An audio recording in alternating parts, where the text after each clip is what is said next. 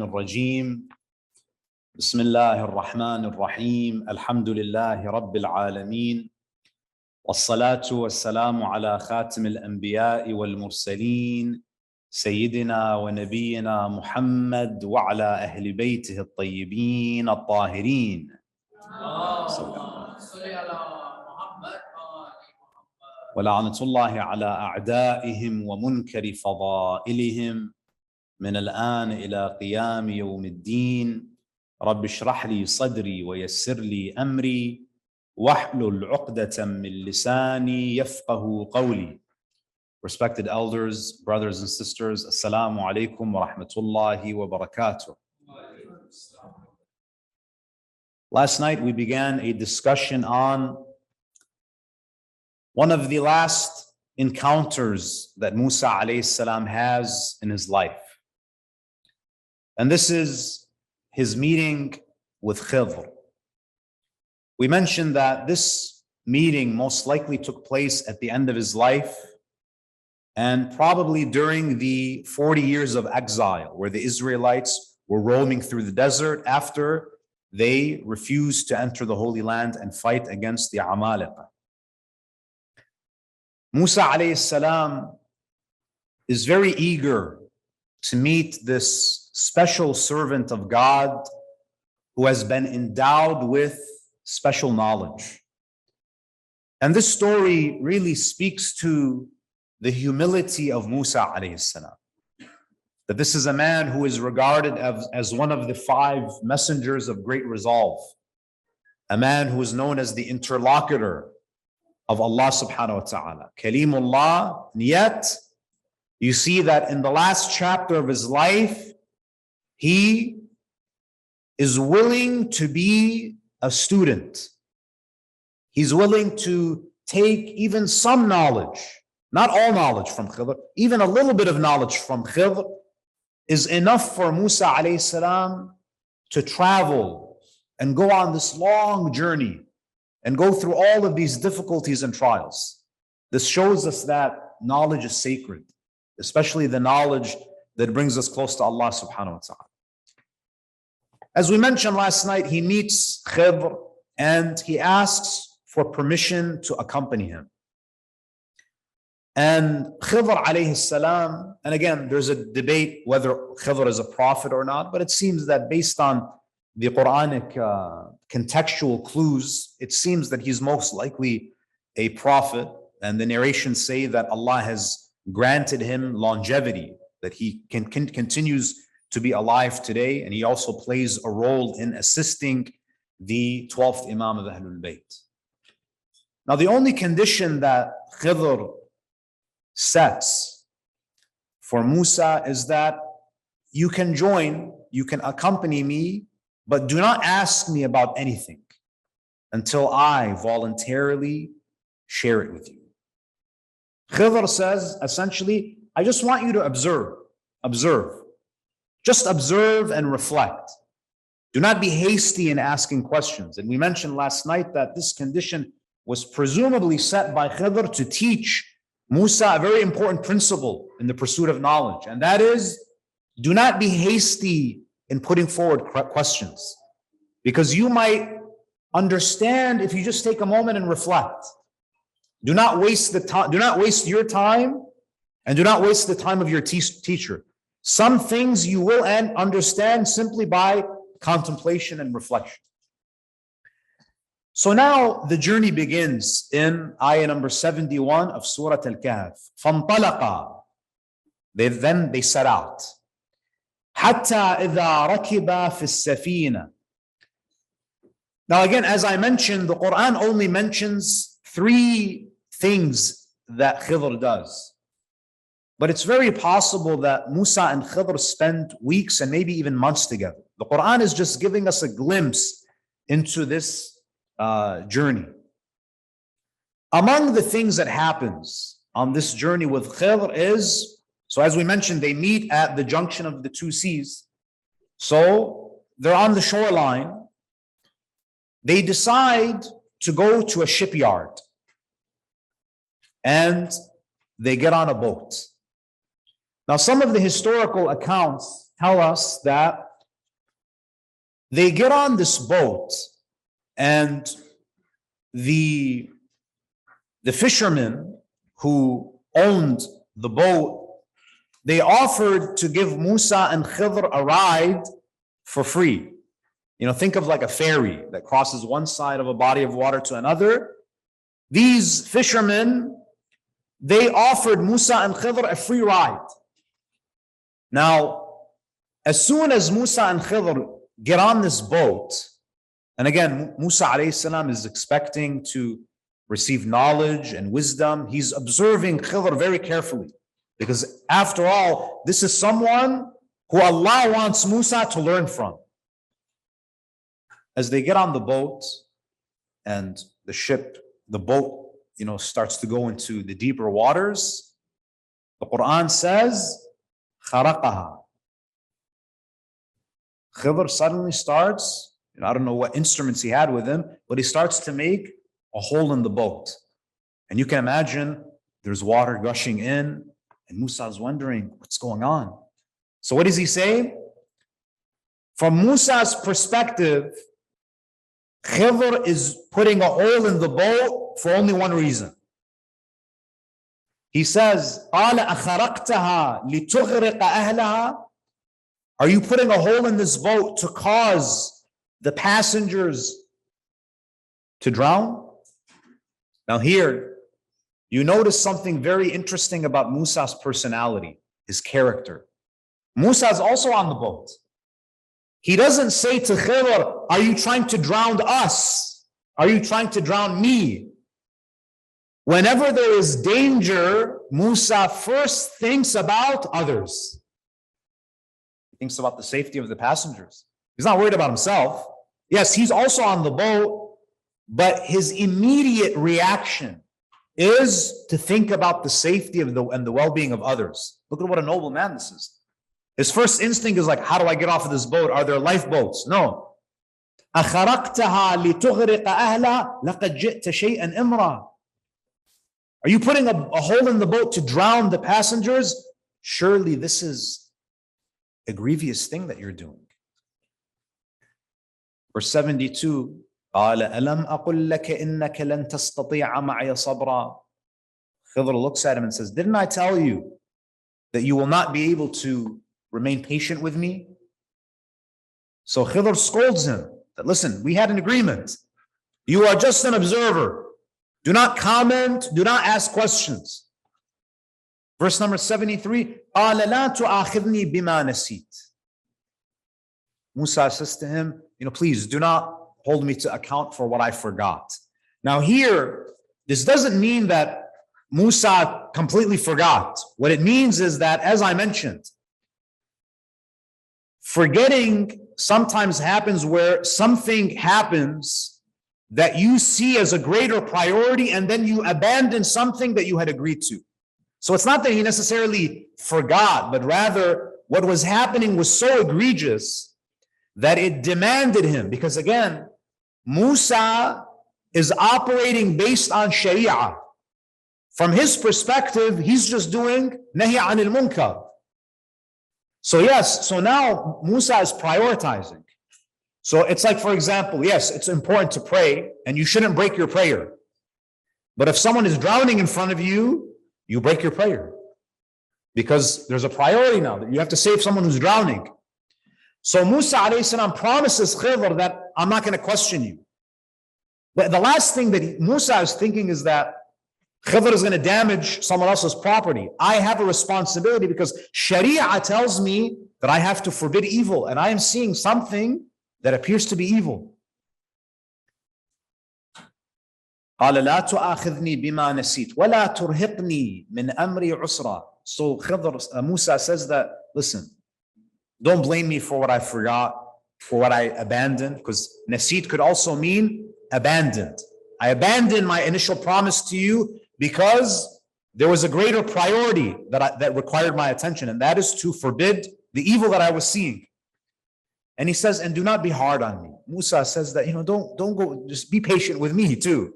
Don't be too tough on me. فَانْطَلَقَا. They continue their journey. And again, we don't know Some people, some of us might think this is all happening on the same day. Maybe days and weeks go by and then the second episode takes place. Because some narrations tell us that he saw many wondrous things on this journey with Khidr. Ayah 74, فَانْطَلَقَا حَتَّى لَقِيَا غُلَامًا فَقَتَلَ. Now, if Musa thought that damaging a boat was grievous and was munkar, he was in for a surprise. So they're walking together and they come across a group of kids that are playing, and Musa sees that Khidr grabs a young boy, takes him around the corner, and he slaughters him. Now, Musa alayhi salam, from his perspective, he just witnessed a homicide. He just witnessed a murder. So, قال أقتلت نفسا زكية بغير نفس. Again, Musa is always going back to Sharia. It's haram to damage property based on Sharia, based on the apparent laws. He's saying, are you killing an innocent soul without due right? Again, this is based on the Sharia. You're doing something that's going against the Sharia, that's going against what is obviously prohibited. لَقَدْ جِئْتَ شَيْئًا نُكْرًا. That you've committed a deplorable act. Ayah 75. قَالَ أَلَمْ أَقُلْ لَكَ إِنَّكَ لَن تَسْتَطِيعَ مَعِيَ صَبْرًا. This is a very intense, crash course. That Khidr simply says, didn't I tell you that you would not be able to be patient with me? So here, verse 76, Musa alayhi salam, he says, قال إن سألتك عن شيء بعدها فلا تصاحبني. Musa says, you're right, listen. If I question you one more time, then you can leave me. You can dismiss me as your student. You can say that you can no longer accompany. قد بلغت من لدني عذرا. If I question you one more time, then I don't have any excuse with you anymore. You have full right to dismiss me as your companion. فَانْطَلَقَا. They continued on their journey. And I don't know, maybe Musa is probably afraid for his life now. This guy can kill a child without being fazed. Who knows if I'm even safe. Ayah number 70, the next ayah number 77, فَانْطَلَقَا حَتَّى إِذَا أَتَيَا أَهْلَ قَرْيَةٍ اسْتَطْعَمَهَا أَهْلَهَا. They continue traveling, and again, this journey must have been a very long journey. They then arrive in a village. They're probably traveling through the wilderness, through the deserts. It's a long journey, and they don't have food with them. They're just probably eating from whatever grows from the earth.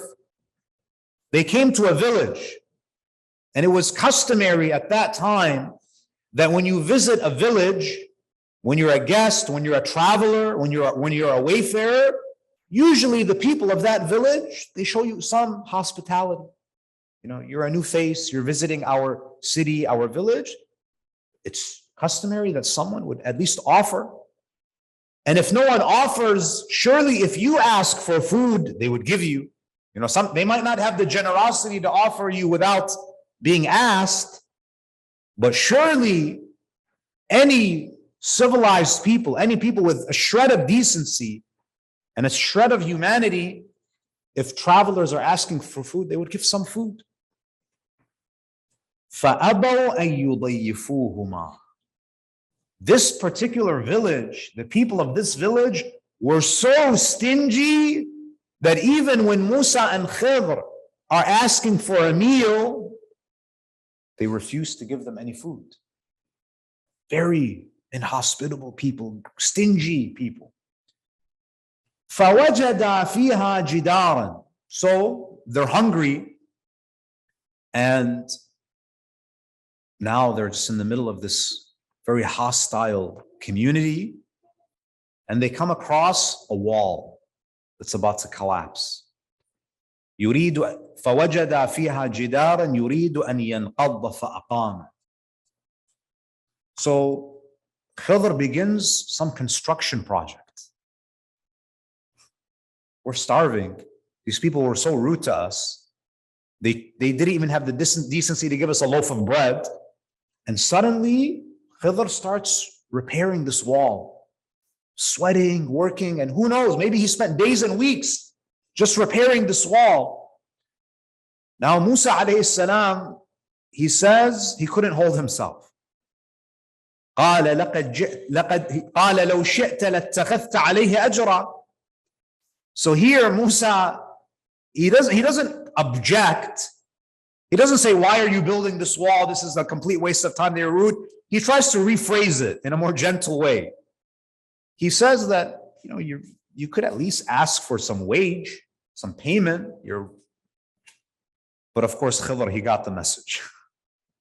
That was Musa's way of protesting for the third time. قال هذا فراق بيني وبينك. Khidr says that now you and I have to go our separate ways. We have to part ways. سأنبئك بتأويل ما لم تستطع عليه صبرا. But before you leave, I'll explain to you the interpretation of my actions. What's interesting here is that Khidr dismisses him at this point.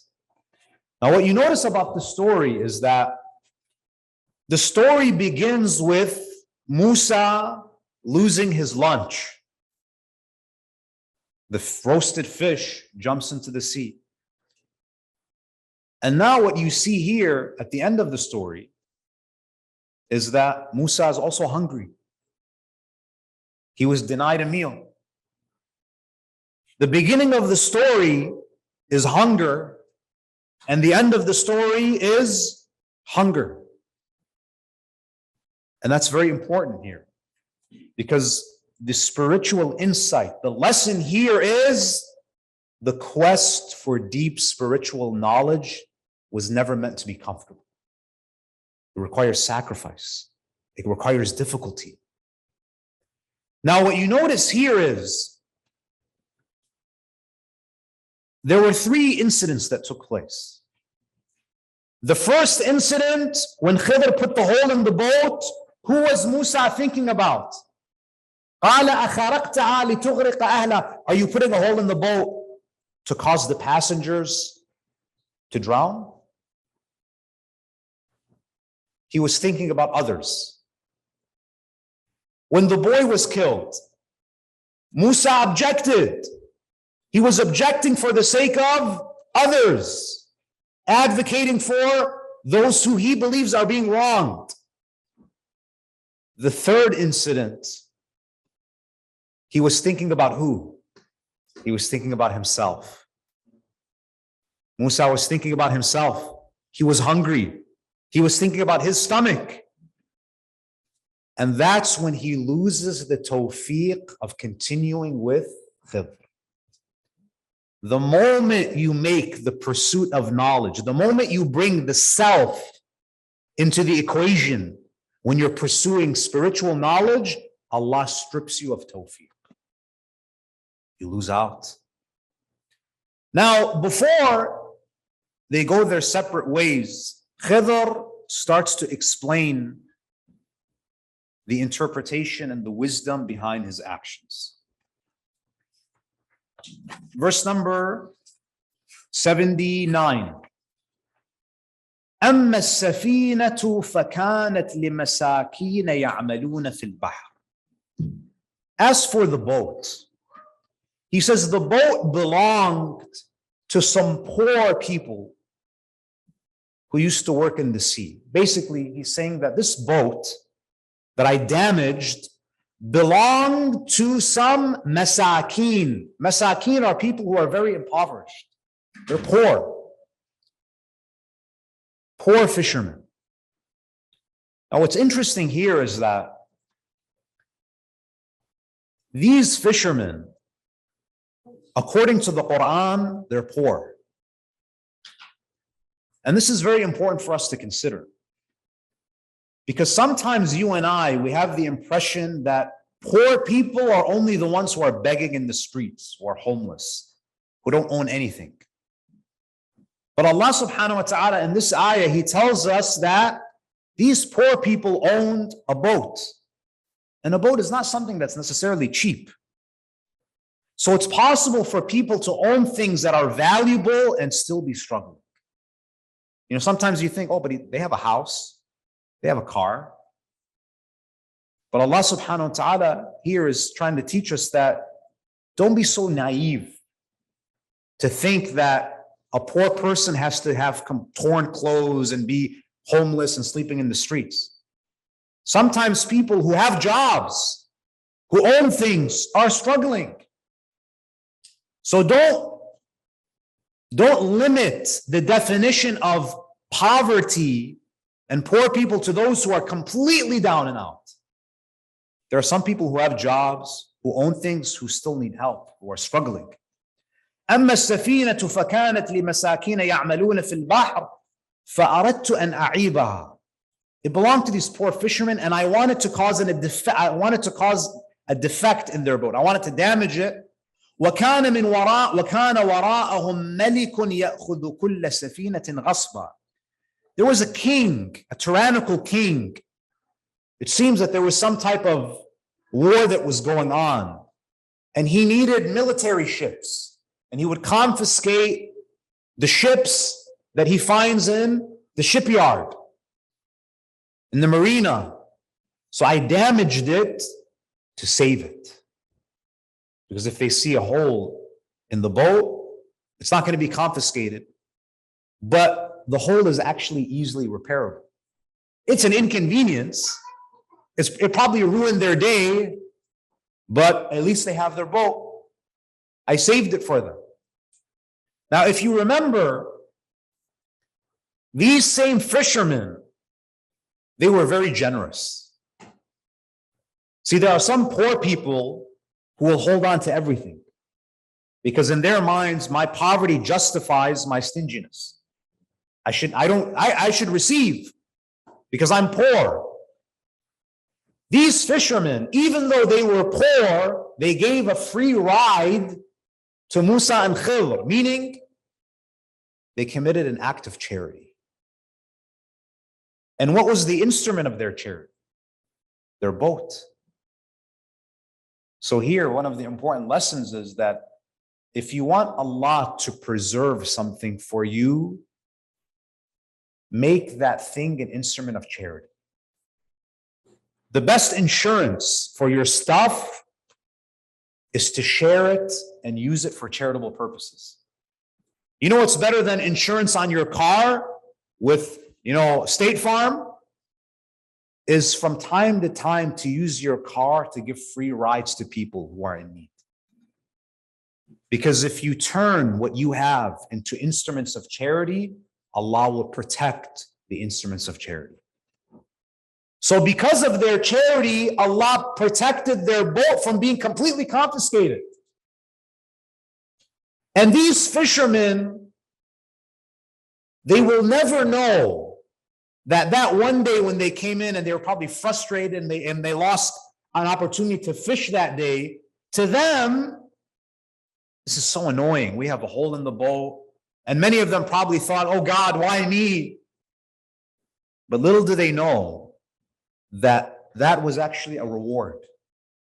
That was God's mercy that came to them in the form of something that's inconvenient. It's kind of like us, sometimes you're on the highway, you're stuck in traffic, you missed your flight. It's not the end of the world, but man, what an inconvenience. Got to rebook and I lost some money. But who knows? Maybe if you got on that flight, you would have faced some sort of calamity that would have altered your life forever. So that inconvenience, missing your flight, getting stuck in traffic, that flat tire, whatever it is, that was Allah's mercy upon you that came in the form of an inconvenience, but you didn't realize it. And while you're angry with Allah and you're so frustrated with your life, Allah actually showed you so much love and mercy, but you don't realize it. Isn't that the story of us human beings? So many things inconvenience us and irritate us and aggravate us, but Allah is actually protecting us from greater calamities. There's actually a blessing, a hidden blessing. Now, verse number 80. وَأَمَّا الْغُلَامُ فَكَانَ أَبَوَاهُ مُؤْمِنَيْنِ. As for that young boy had two pious parents. فَخَشِينَا أَن يُرْهِقَهُمَا طُغْيَانًا وَكُفْرًا. And we feared that he would overburden them by transgression and disbelief. Some scholars say that if this child remained, he would grow up and he would take his parents away from the path of God. They would transgress. Sometimes parents influence kids, but sometimes kids influence parents.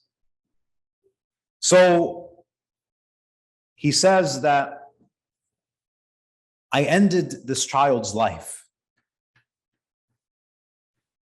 He says, فَأَرَدْنَا أَن يُبْدِلَهُمَا رَبُّهُمَا خَيْرًا مِنْهُ زَكَاةً وَأَقْرَبُ رُحْمًا. That we wanted to replace this child with a child that is better, more pure, and nearer to mercy. Now, the narrations say that after this child died, Allah subhanahu wa ta'ala gave these parents a daughter. And this daughter, later on in her progeny, many prophets emerged from her progeny. So she became a mother of prophets. Now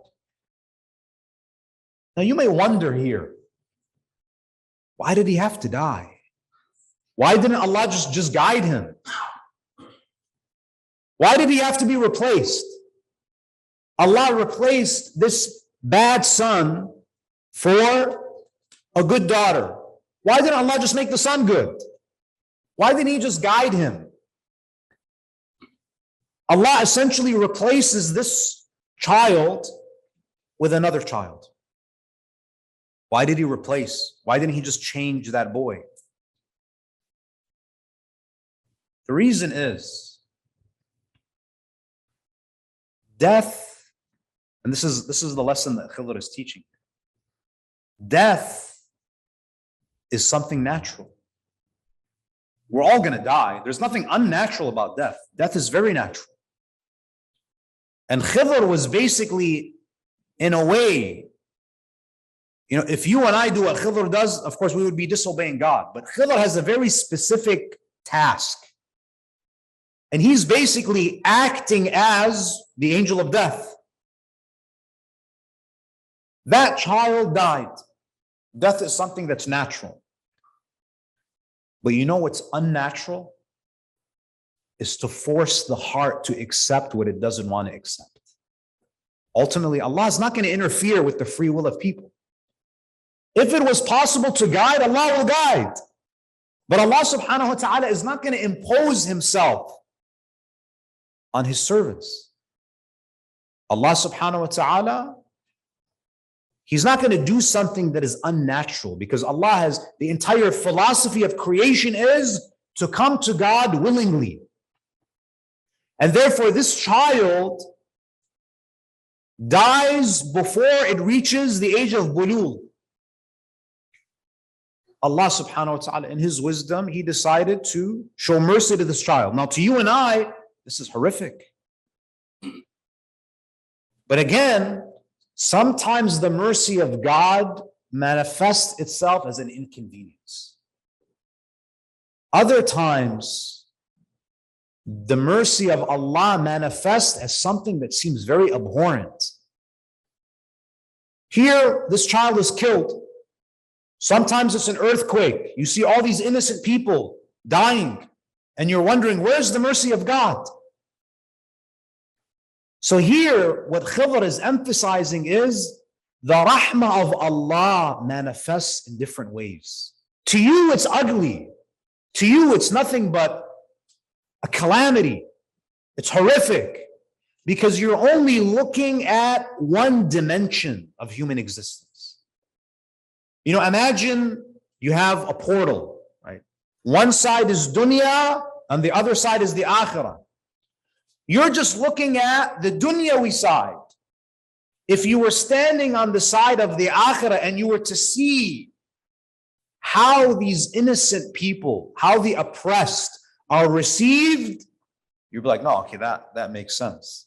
Because we have narrations that after death, after people are dipped into their temporary paradise or the permanent paradise, they're asked, have you ever experienced any suffering? And the creature, the human being, whoever it is, will say, no. I've never experienced any pain and suffering. You see, when you're only looking at dunya, it's just all cruelty and misery. The problem what Khidr is trying to teach Musa is our visceral reactions to what we perceive to be cruelty in the world is simply because we are reacting to the pixel and not the picture. That's what the story is about. You and I see the pixel, and when you look at a pixel is you can't make it out. It's very cloudy. It's very confusing. It's just a blur. And therefore, you cannot appreciate the beauty of the pixel. A pixel just looks like chaos. And that's what life feels like sometimes. Especially when natural disasters happen. It doesn't seem like there's any method to the madness. It seems like chaos and suffering and agony. And you're thinking to yourself, where is God? What is going on? I thought he's Ar-Rahman Ar-Rahim. So here, Khidr is basically telling Musa that I don't blame you because Allah only gave you the ability to see the pixel. Allah subhanahu wa ta'ala is the one who sees the picture. Now, when do we see the picture? Some people are given knowledge and they're able to see the picture. They have ilmul ghaib. But you and I, Allah's not going to reveal the picture to us. Just like with the angels. Why are you going to place a vicegerent on earth who's going to spill blood and cause corruption? Even the angels, when they saw insan, they just saw a chaotic pixel. Just a mess of a creature. And what does Allah say? I know what you don't know. I see the picture, you see the pixel. Now, we go to the next verse. وَأَمَّا الْجِدَارُ فَكَانَ لِغُلَامَيْنِ يَتِيمَيْنِ. As for the wall, that structure that was on the verge of collapse, it belonged to two orphans. في المدينة. فكان لغلامين يتيمين في المدينة. وكان تحته كنز لهما. And under this wall that was about to collapse was a treasure. وكان أبوهما صالحا. And their father was a righteous man. فأراد ربك أن يبلغ أشدهما. Your Lord wanted them to attain maturity. وَيَسْتَخْرِجَ كَنْزَهُمَا. And Allah wanted them to reach the age of maturity and discover the wealth that was left for them. And this was رَحْمَةً مِّن رَبِّكَ. And this was a mercy of God. وَمَا فَعَلْتُ عَنْ أَمْرِي. And this was not something that I did of my own accord. And this is why scholars like Allama Tabatabai, he says that this is an indication that he was a prophet. Because he's following God's revelation to him. He's a recipient of this inspiration and revelation. ذَلِكَ تَأْوِيلُ مَا لَمْ تَسْتَطِعْ عَلَيْهِ صَبْرًا. What's beautiful here is that Allah's rahmah sometimes appears in the form of an inconvenience, like the damaged boat. Sometimes the mercy of God looks abhorrent because we only see the pixel and we don't see the picture. And sometimes the mercy of God is just hidden. We just don't understand. Nothing abhorrent is happening, but you just don't get it. Like, what's the point of this? It's hidden. Khidr explains that I did this, Allah commanded me to do this, to erect this wall. Because these orphans, they had a father who was righteous. The narrations tell us that the Quran is not speaking about their immediate father. He's speaking about their great-great-grandfather. That back, if you go up their ancestral line, they had a great-great-grandfather who was very pious and very righteous. So to honor him, I'm taking care of the orphans that came later on in his progeny. This is very powerful, brothers and sisters. I want you to take a moment and just understand how amazing this ayah is. It's very possible that Allah subhanahu wa ta'ala guided you. Of course, ultimately, Allah is not going to just guide someone who just doesn't want to be guided. Allah subhanahu wa ta'ala may have given you opportunities, not because you deserve it, but maybe you had a great-grandfather or a great-grandmother who on one night in the month of Ramadan maybe made a dua, and Allah says, I'm going to honor you through your children. You might be, as you're sitting here in this majlis and you're praying and fasting, maybe everything that Allah has given you is because of your ancestors. That's why, my dear brothers and sisters, in these nights, on the nights of Qadr, when you pray, when you make dua, when you do a good deed, when you hold the door, when you feed a poor person, it's not just impacting your life. Look at how Allah has given you the ability to amplify goodness. Maybe what you're doing today, 7 generations from now, Allah will raise someone great just to honor that one good deed that you did in your life. And that good deed will become a part of your legacy. Khidr says, I'm doing this because they had a father who was pious. They had a father who was pious. Now it's time for Musa and Khidr to go their separate ways. There's a narration from Imam al-Sadiq salawatullahi alayhi. He says, إن موسى حين أراد أن يفارق الخضر قال له أوصني. Imam al-Sadiq alayhi salam, he says, when Musa was about to leave the presence of Khidr, first time they met, and it was the last time that they met, Musa said to Khidr, before I leave, can you give me some parting advice? You're obviously a man of God. You're a man who works in mysterious ways. I just want some final thoughts from you, some parting advice. Among the things that Khidr tells Musa is, لا تعيرن أحد بذنب. Khidr says to Musa, O Musa, never denigrate a human being because of a sin that they committed.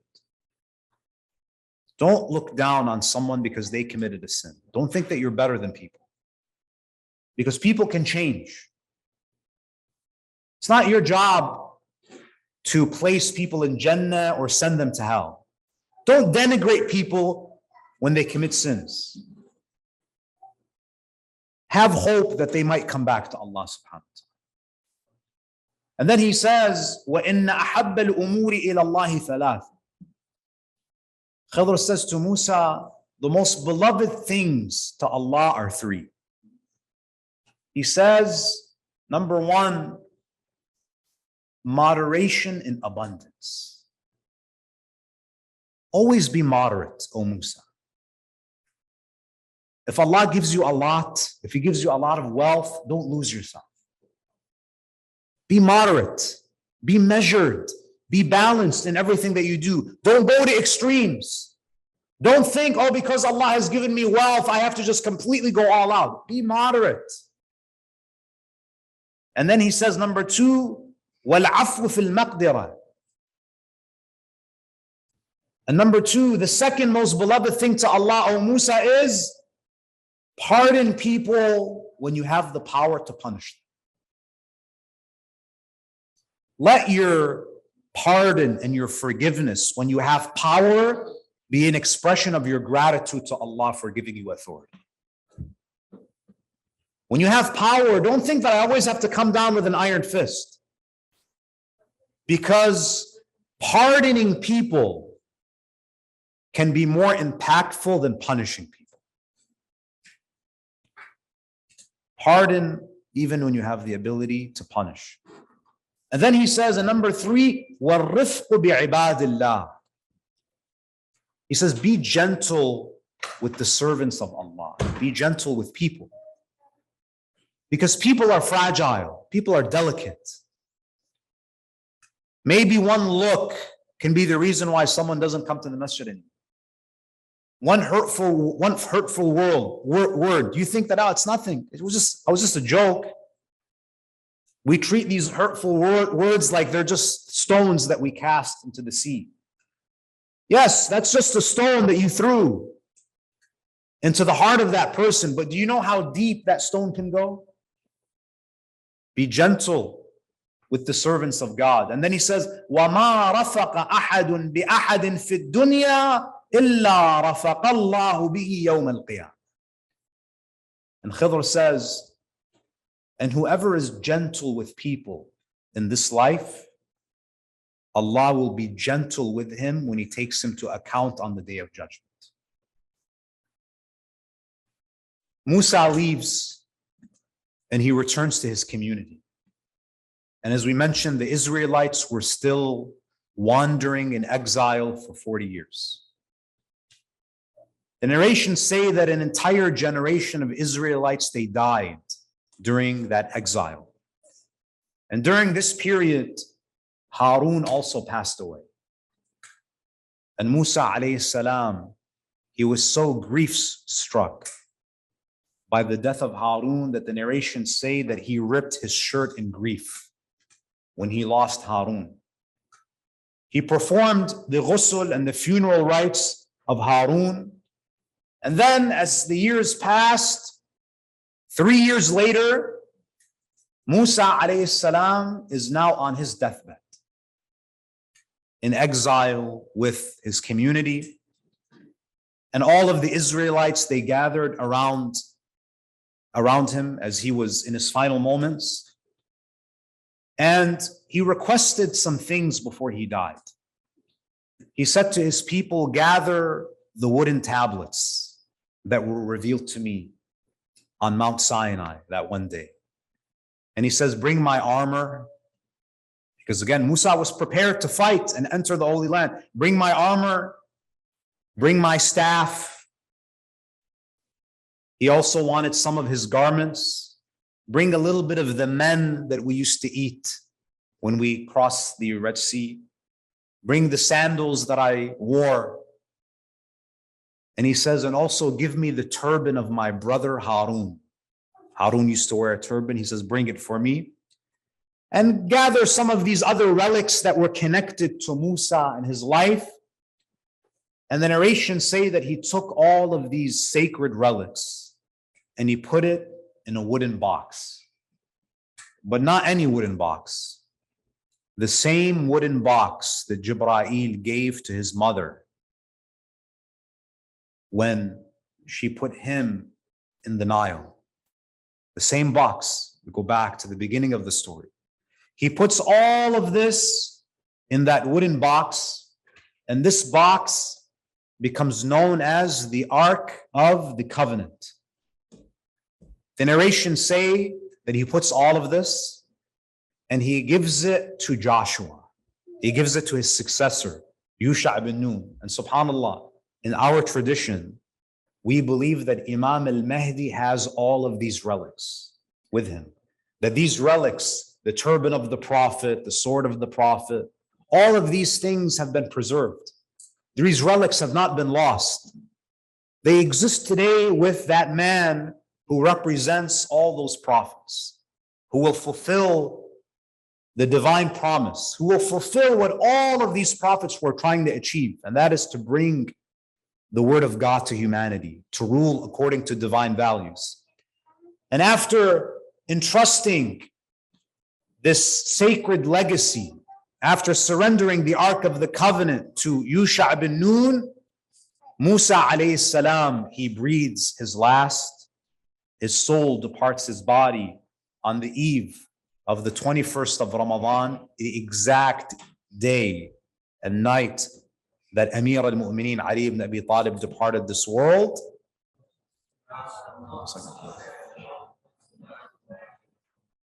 And the moment that Musa died, the narrations tell us that a call was made in the heavens. Mata Musa kalimullah. Musa, the one to whom Allah spoke, has died. فَأَيُّ نَفْسٍ لَا تَمُوتُ. But what soul doesn't die?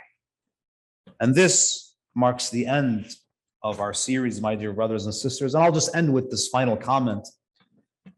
And that is that when you read and you study the lives of these incredible personalities, they seem larger than life.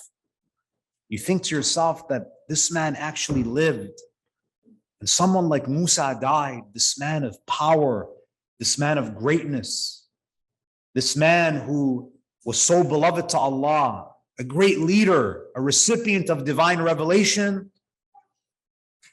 But that's what's going to happen to all of us. And I'll end with this final hadith where it is said that when Nuh alayhi salam, on the last day of his life, and the narrations say that he lived longer than any other human being. He lived for over 2,000 years according to our traditions. He was standing one day, it was a hot day. The angel of death appeared to him.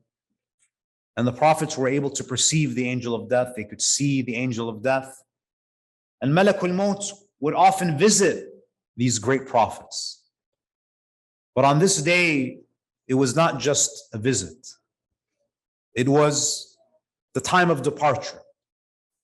And Nuh alayhi salam, he asks, are you here for some matter, or are you here for what you typically are here for? So the angel of death says that, Nuh, your time is finished. I've come to take your soul. And Nuh alayhi salam, he asks, do I have a little bit of time left? And Malakul Maut says, you have a few moments left. And Nuh alayhi salam, he looks up at the sun. He was standing under the sun. He took a few steps and he stood under the shade of a tree. And Malakul Maut said to him, O Nuh, you lived longer than any person. If there's anyone that understands the nature of this life, it's you, because you're the most experienced. Tell me, what did you think about life? What was your impression? He says to the angel of death that, Ya Malak al-Maut, this life was as brief to me as the few steps that I took from standing under the sun to standing in the shade. It's very brief. It's very brief. So let's make it only feels like a few moments. So let's make it a few moments of obedience to Allah and not a few moments of transgression. Because only Allah just wants us to do good for a few moments so that He can reward us with eternal bliss. We ask Allah subhanahu wa ta'ala to guide us and to bless us and to illuminate our hearts with the teachings of Muhammad